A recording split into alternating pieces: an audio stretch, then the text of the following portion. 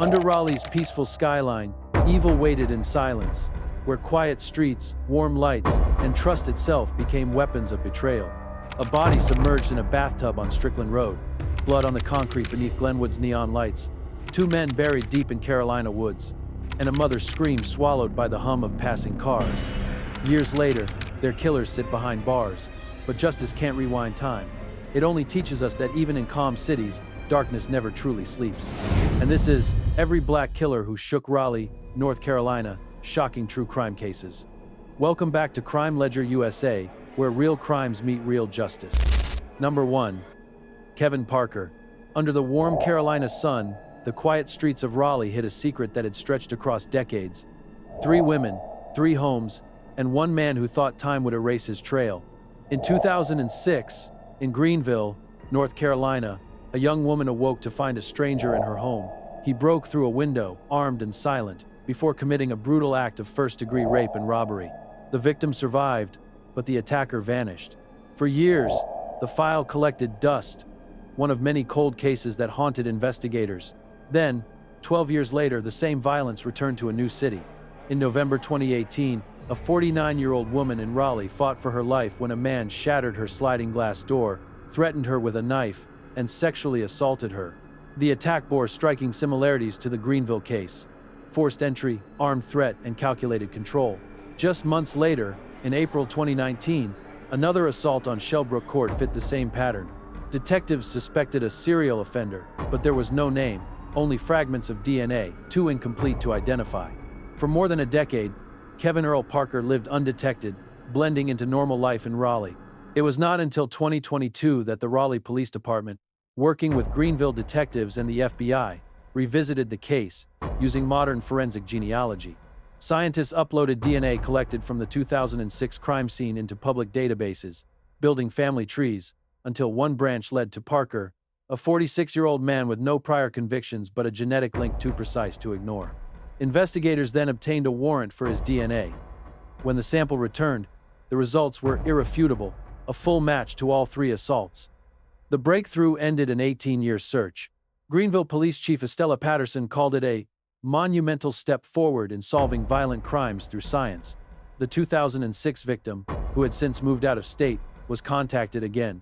Although hesitant to reopen the trauma, she chose to testify, providing crucial eyewitness confirmation that linked Parker to the night of terror. Her decision transformed the cold case into a living prosecution. In August 2024, a jury found Parker guilty of first-degree rape, first-degree sexual offense, and armed robbery. Prosecutors presented forensic testimony from multiple DNA analysts, the original investigator Major Tara Stanton, and the nurse who examined the victim after the assault. The Honorable Judge Jeffrey B. Foster sentenced Parker to a minimum of 54 years and a maximum of 67 years and 8 months in prison. The community's reaction was quiet but resolute, relief mixed with the sobering awareness that such violence had existed undetected for so long. Local residents called the conviction justice delayed, but not denied. 3 lessons endure. Science remembers what fear forgets. Patience and investigation can outlast time itself. And survivors' voices remain the strongest form of justice. Kevin Earl Parker will spend the rest of his life behind bars, his name forever bound to the DNA that betrayed him, while the city he haunted finally sleeps a little safer tonight. Before we continue, if this case shakes you, press hype, stand with us, break silence, and let justice roar louder than the voices once erased. Number 2. John Williams Jr. Under the quiet hum of Raleigh's city lights, fear once lived in every alleyway and shadowed street corner, a year where a nameless predator hunted without mercy or pattern. Between 1995 and 1996, a series of brutal assaults and murders terrorized Raleigh, North Carolina. Women disappeared, bodies surfaced, and whispers of a serial killer spread across the city's warehouse district. The crimes were linked by one man, John Williams Jr., a drifter from Georgia whose violence left an indelible mark on the state's history. His victims were mostly women struggling with addiction or sex work, targeted in moments of isolation when the streets were silent. The timeline of horror began in October 1995, when Jacqueline Crump was raped and beaten in a concrete tunnel. DNA later confirmed Williams as her attacker. On the 7th of January 1996, the body of 33-year-old Patricia Ash was discovered nude on a bench, covered by snow. She had been strangled to death. In May, Audrey Hall was lured into a wooded area, choked, and raped at knife point, she survived and would later identify Williams. Over the summer, bodies of other women appeared across the city, including Dawn, Marie, Grandy, and Cynthia Brown. By December, the violence reached its peak with the murder of 36-year-old Deborah Jean Elliott, a mother of three, whose body was found face down inside the abandoned Pine State Creamery building on December 26. Authorities assembled one of Raleigh's largest investigations, mobilizing 54 detectives and FBI profilers. They conducted over 6,000 interviews and followed hundreds of leads that led nowhere. The task force knew they were hunting someone transient, someone who blended into the city's underbelly. The case finally broke open on the 4th of February, 1997. A woman named Shelley Jackson escaped from an attack in an abandoned truck and flagged down a police sergeant. Within minutes, officers arrested Williams nearby. He was covered in blood, carrying a box cutter in his pocket. Inside the vehicle, investigators found evidence consistent with earlier crimes. DNA samples from multiple crime scenes matched his genetic profile, and a bloody footprint found near Elliott's body matched his left tennis shoe.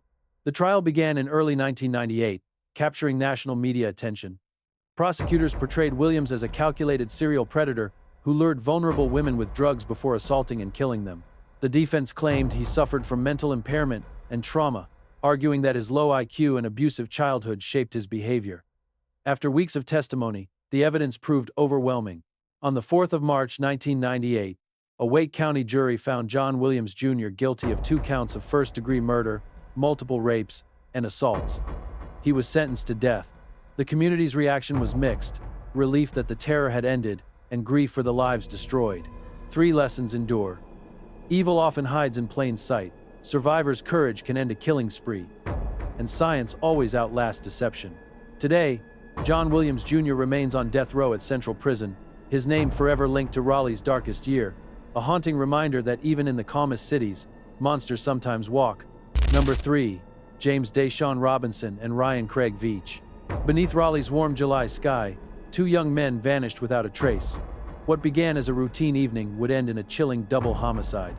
On the 16th of July 2019, 21-year-old Anthony James McCall and 23-year-old Brendan Robert Hurley set out on a simple errand. Around 6:30 p.m., Hurley picked up McCall to take him to his mother's home to let her dogs out.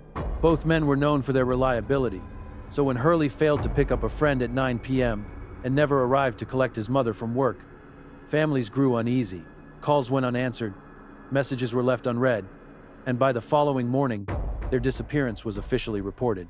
Investigators began tracing Hurley's movements, focusing on his gray Dodge Charger. The search led officers to a secluded area near a construction debris recycling plant on Raleigh View Drive. Inside the vehicle, detectives found blood on the passenger seat, immediate proof that the case had shifted from missing persons to foul play. Authorities followed digital evidence, phone records, and witness tips that pointed toward 2 suspects: 21-year-old James Daishawn Robinson and 19-year-old Ryan Craig Veach. Both men had prior associations with the victims.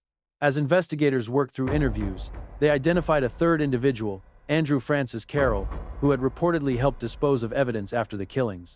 Carroll allegedly drove Hurley's car from Zebulon to a scrap metal recycling center in an attempt to have it junked, an act that later placed him at the center of obstruction charges. Days later, the search came to a grim conclusion. On July 20, police located the remains of Brendan Hurley in a wooded area off Covered Bridge Road in Johnston County. 2 days after, the body of Anthony McCall was found discarded in Nash County. Forensic teams secured the sites, collected ballistic evidence, and transported the remains for autopsy. Hurley's report confirmed he had been shot at least 6 times. Injuries to his head, chest, and leg left no chance of survival. 4 bullets were recovered, matching calibers consistent with firearms linked to the suspects. Detectives pieced together how the 2 men were lured, attacked, and ultimately killed before their bodies were moved across county lines. The motive remains unclear, though evidence suggested premeditation and attempts to conceal the crimes. The investigation highlighted how coordinated law enforcement efforts across counties and forensic disciplines brought clarity to a case that began with nothing but a blood-stained seat. In July 2019, both Robinson and Veach were charged with 2 counts of murder and ordered held without bond at the Wake County Jail. A judge informed Robinson that he could face the death penalty if convicted. Carroll was charged as an accessory after the fact. 3 lessons remain. Digital trails reveal truth. Violence leaves marks that distance can't erase. And justice always begins with persistence. In Raleigh's memory, This case endures as proof that even the simplest nights can turn deadly when trust meets betrayal and darkness finds its chance. Number 4. Tremale Cogdell. Under the fluorescent glow of Raleigh's late-night streets, a patrol car became the setting for one of the city's most unsettling police scandals. On the 12th of September 2025, 28-year-old officer Tremale Cogdell of the Raleigh Police Department responded to what seemed like a routine motor vehicle crash. A woman had struck a parked car, and officers were expected to conduct a standard DWI investigation. Instead, what followed would unravel into allegations of sexual misconduct, corruption, and a betrayal of the badge. According to court documents, Cogdell failed to proceed with the DWI arrest in exchange for sexual acts, an abuse of authority carried out while on duty and inside his city-issued police vehicle. The encounter didn't end at the crash site. Investigators allege Cogdell transported the woman to a private residence, identified in conflicting records as either his home or hers. There, the sexual act reportedly occurred while he remained on active duty. The victim, initially fearful to come forward, later reported the incident, setting in motion an inquiry that would expose a deeper web of misconduct. The investigation began on the 26th of September 2025, when the State Bureau of Investigation contacted Raleigh police leadership with the allegation. Within hours, Cogdell was placed on administrative leave as the RPD's Internal Affairs Division opened a joint probe with the SBI. The inquiry quickly expanded as digital and testimonial evidence linked Cogdell to additional crimes involving solicitation of prostitution. On October 29, a Wake County grand jury indicted him on 5 new felony counts, each involving separate individuals and incidents between August 1 and the 15th of September 2025. The evidence suggested a pattern, a uniformed officer using his position for personal gratification. Investigators reviewed his service calls, vehicle logs, and surveillance footage from multiple locations. Prosecutors described his actions as a calculated exploitation of vulnerable individuals who viewed him as a figure of authority and protection. Cogdell's arrest came on the 3rd of October 2025. The Raleigh Police Department immediately terminated his employment, and he was booked on multiple felony charges: sexual misconduct of a person in custody, felony obstruction of justice, willful neglect of duty, and solicitation of prostitution. He was released days later on a $30,000 secured bond. Court records show that he appeared before a Wake County judge on October 6, where prosecutors outlined the possibility of an 88-month prison sentence if convicted on the original charges. Though a final verdict has not yet been issued, the Wake County District Attorney's Office continues reviewing all prior cases in which Cogdell played a role, ensuring that past convictions remain free from compromise. City leaders and residents expressed anger and disbelief. Police Chief Rico Boyce called the allegations disgraceful, emphasizing that no officer is above accountability. 3 lessons stand clear. Authority demands integrity, power without accountability breeds corruption, and truth always surfaces through courage. As of late 2025, Tremale Cogdell awaits trial, his badge gone, his reputation destroyed, and a department working to restore public trust in the law he once vowed to uphold. Number 5. Carlette Parker. Under Raleigh's bright May sunlight, a nurse's uniform became the disguise for a crime that shattered the meaning of care and trust forever. In May 1998, 34-year-old nursing assistant Carlette Elizabeth Parker abducted and killed 86-year-old Alice Covington, a retired widow known for her kindness and independence. What began as a morning errand ended in one of North Carolina's most disturbing homicides, a murder driven by greed and concealed beneath the pretense of compassion. On the morning of the 12th of May 1998, witnesses saw an elderly woman struggling near a Kroger parking lot on Strickland Road. The victim, later identified as Covington, was seen striking her attacker with a purse in a desperate attempt to defend herself. That attacker was Parker, a caregiver she knew. After forcing Covington into a vehicle, Parker drove her to a bank in Smithfield, using the victim's identification to withdraw $2,500 from her account. A teller later recalled that Covington sat motionless in the passenger seat, her body propped upright as if she were asleep. Investigators later concluded she had already been subdued with pepper spray and a stun gun. Instead of releasing her, Parker took Covington to her trailer home in Angier. There, according to Parker's later statements, Covington died in a bathtub, though evidence revealed clear signs of assault and restraint. Forensic testing confirmed drowning as the cause of death and homicide as the manner. Investigators found bruising on Covington's neck and face, and puncture marks consistent with a stun gun. After the killing, Parker attempted to erase every trace. She redressed Covington's body, placed it in her car's hatchback, and attended a family gathering as if nothing had happened. The next morning, she moved the body into Covington's own 1993 Mercury Sable, stuffed the passenger seat with pillows to mask the smell, and abandoned the car in a wooded area in Morrisville. 2 days later, on May 14, a passerby discovered the vehicle with Covington's lifeless body inside. The investigation quickly led to Parker. Detectives uncovered her connection to the victim and a record of prior financial crimes. Court documents revealed Parker owed thousands in restitution for a previous theft from another elderly patient. In both cases, her victims were women who trusted her care. Forensic teams recovered a stun gun and pepper spray matching the injuries on Covington's body. The money trail completed the case. The same day she withdrew the victim's funds, Parker made a payment toward her probation debt. The trial began in March 1999. Prosecutors called the act calculated and cruel, portraying Parker as a manipulative woman who killed to hide her theft. The defense claimed circumstantial evidence and uncertainty in the autopsy, but jurors deliberated only hours before finding her guilty of first-degree murder and kidnapping. On the 1st of April 1999, she was sentenced to death. 3 lessons remain. Greed corrodes empathy, trust can be weaponized, and justice must protect society's most vulnerable. Today, Carlette Parker remains on North Carolina's death row, a silent reminder that evil can sometimes wear the face of care. Number 6. Amir Devon Hines. Under Raleigh's winter lights, the first night of a new year ended not with fireworks, but with the silent death of a child. Carter Holloway was brought to UNC Chapel Hill Hospital late on the 31st of December 2023, his small body covered in bruises, his head swollen from catastrophic trauma. The man who carried him in was his father, 24-year-old Amir Devon Hines. At first, Hines claimed his son had fallen off a bike and later slipped in the shower. But doctors knew immediately that what they were seeing was not an accident, it was the aftermath of a violent assault. Carter had been staying with Hines and his girlfriend for the holidays. Hines, recently released from prison, had told family he wanted to rebuild his relationship with his son. Yet on New Year's Eve, that chance turned deadly. Investigators determined that during an argument, Hines struck the boy multiple times, causing blunt force trauma so severe it ruptured blood vessels in his brain.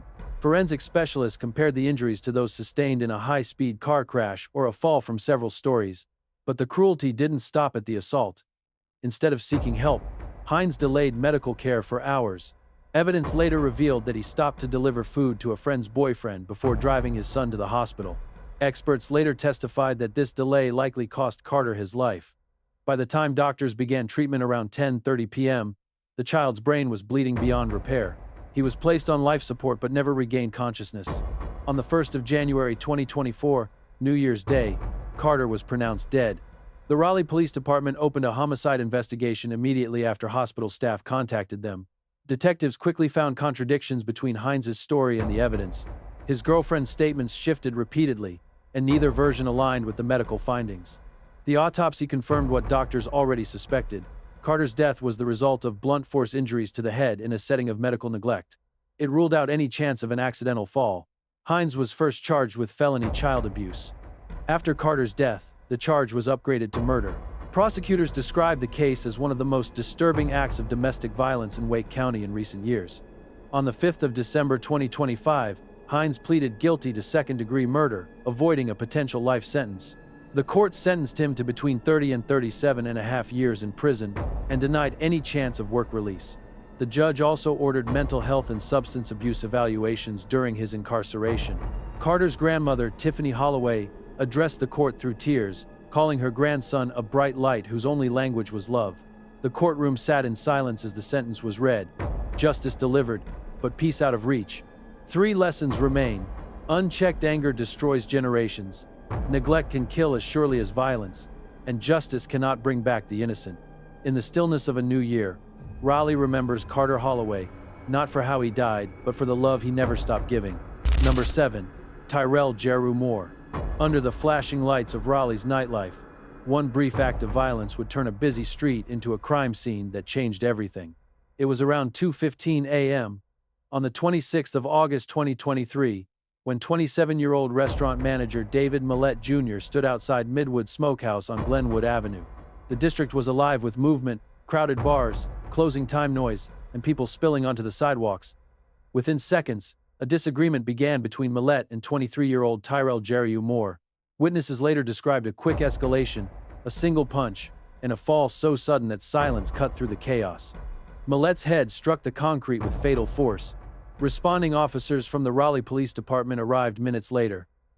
They found Millette unconscious, bleeding from the head, and surrounded by bystanders. Paramedics transported him to a nearby hospital where doctors placed him on life support. For 6 days, his condition remained critical until he succumbed to his injuries on September 1. The death of a well-known figure in Raleigh's restaurant community immediately drew attention and grief. Detectives launched a full-scale homicide investigation before sunrise.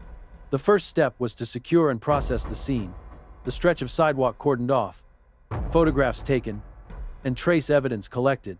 Surveillance footage from nearby businesses revealed the entire sequence: 2 men arguing, 1 swing, and an immediate collapse. Investigators reviewed the timestamps, matched clothing descriptions, and confirmed the suspect's direction of travel through adjacent cameras. Witnesses were interviewed throughout the day, describing the dispute as brief and unprovoked. Crime scene technicians reconstructed the trajectory of Millette's fall and the resulting injuries. The autopsy later confirmed the cause of death as blunt force head trauma consistent with striking pavement. The investigative unit worked with local forensic analysts to verify that no weapon had been used, establishing that the punch itself, combined with the fall, had caused the fatal injury. By September 2 at 1:39 a.m., less than 24 hours after Millette's death, officers located and arrested Tyrell Jarue Moore with assistance from the Fuquay-Varina Police Department. He was booked into the Wake County Jail without bond on 1 count of murder. Authorities stated that Moore faced a potential life sentence if convicted. His first court appearance was scheduled for the 5th of September 2023. Inside the courtroom, the hearing was quiet. The charge of murder was read as both families remained motionless. The case, brief in its act yet immense in consequence, reminded the city that violence can erupt anywhere, even in the spaces built for celebration. The community's reaction was restrained but sorrowful. Millette's co-workers described him as dedicated and kind, while officials renewed calls for improved safety in the Glenwood South area. Police leadership announced increased weekend patrols and crowd control measures to curb escalating nightlife violence. 3 lessons linger. A moment's impulse can destroy futures. Surveillance reveals truth when memory fades, and safety depends on awareness, not reaction. Under Raleigh's neon hum, 1 punch and 1 fall became more than a fight. It became a reminder that, even in bright streets, darkness moves quickly. Number 8. Syncere Pigford. Under the quiet summer skies of Wake County, a single bullet turned a weekend gathering into a citywide manhunt that gripped schools and neighborhoods in fear. On the 30th of June 2024, 24-year-old Serenity Spencer attended a social gathering near Wendell, North Carolina. By night's end, she was found lying on Hodge Road with a fatal gunshot wound. Despite being rushed to the hospital, she died early the next morning. Detectives confirmed that Spencer did not know her attackers. She had simply been in the wrong place at the wrong time. Her death would unravel a case involving 3 young suspects and a desperate search that crossed into Raleigh's public school system. Investigators with the Wake County Sheriff's Office began reconstructing the moments leading to the shooting. Witnesses described chaos and panic as gunfire erupted at the edge of the gathering. Spent shell casings were recovered near the roadway, marking the line where Serenity fell. By tracing digital evidence and interviewing attendees, detectives identified 3 suspects: Carlette Atkinson, and a juvenile later confirmed as Syncere Pigford, a student from Southeast Raleigh High School. The Atkinson brothers were apprehended on September 3, 2 months after the shooting. Both were charged with first-degree murder and held without bond. But Pigford, the youngest suspect, was still on the run. A secure custody order for murder was issued, sparking an intense effort to locate him. Over the next 48 hours, Pigford was spotted trespassing on the campuses of Broughton Magnet High School and Enloe High School in Raleigh.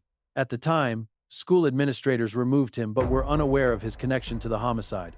Initial reports suggested he also appeared at Athens Drive High School, though this was later clarified as inaccurate. As news spread of a wanted murder suspect entering local schools, fear spread through Wake County student body and parent network. On September 6, multiple law enforcement agencies, including the Raleigh Police Department and the Wake County Sheriff's Office, launched a coordinated search near the area of Enloe High. Officers tracked Pigford to the intersection of North King Charles Road and Tudor Place, roughly a mile away. Around noon, he was arrested without incident. A second juvenile was detained nearby, though police did not immediately release details of his involvement. Forensic teams continued analyzing ballistic evidence, electronic communication between the suspects, and witness statements. Investigators linked the recovered casings and cell data to the location of the shooting, forming the basis for the murder charges filed against all three suspects. When the Atkinson brothers appeared in court on September 4, they were formally arraigned on first-degree murder charges. The hearing for Syncere Pigford followed his capture, but as a juvenile, his proceedings remained confidential. 3 lessons remained. Violence born of impulse ripples far beyond its moment. Unchecked access to weapons invites chaos. And community safety relies on vigilance before tragedy, not after. In Wake County's quiet neighborhoods, the echoes of that single gunshot still linger, a reminder that even ordinary nights can turn deadly without warning. From serial predators who hid behind years of silence to fleeting moments of rage that ended in death, these stories reveal a city where darkness walks quietly beneath the lights. But every case solved, every verdict delivered, pulls Raleigh closer to justice and reminds us how fragile the line between control and chaos truly is. If you want to uncover more of America's most disturbing true crimes, subscribe to Crime Ledger USA and turn on the notification bell so you'll never miss the next case that will keep you up to night.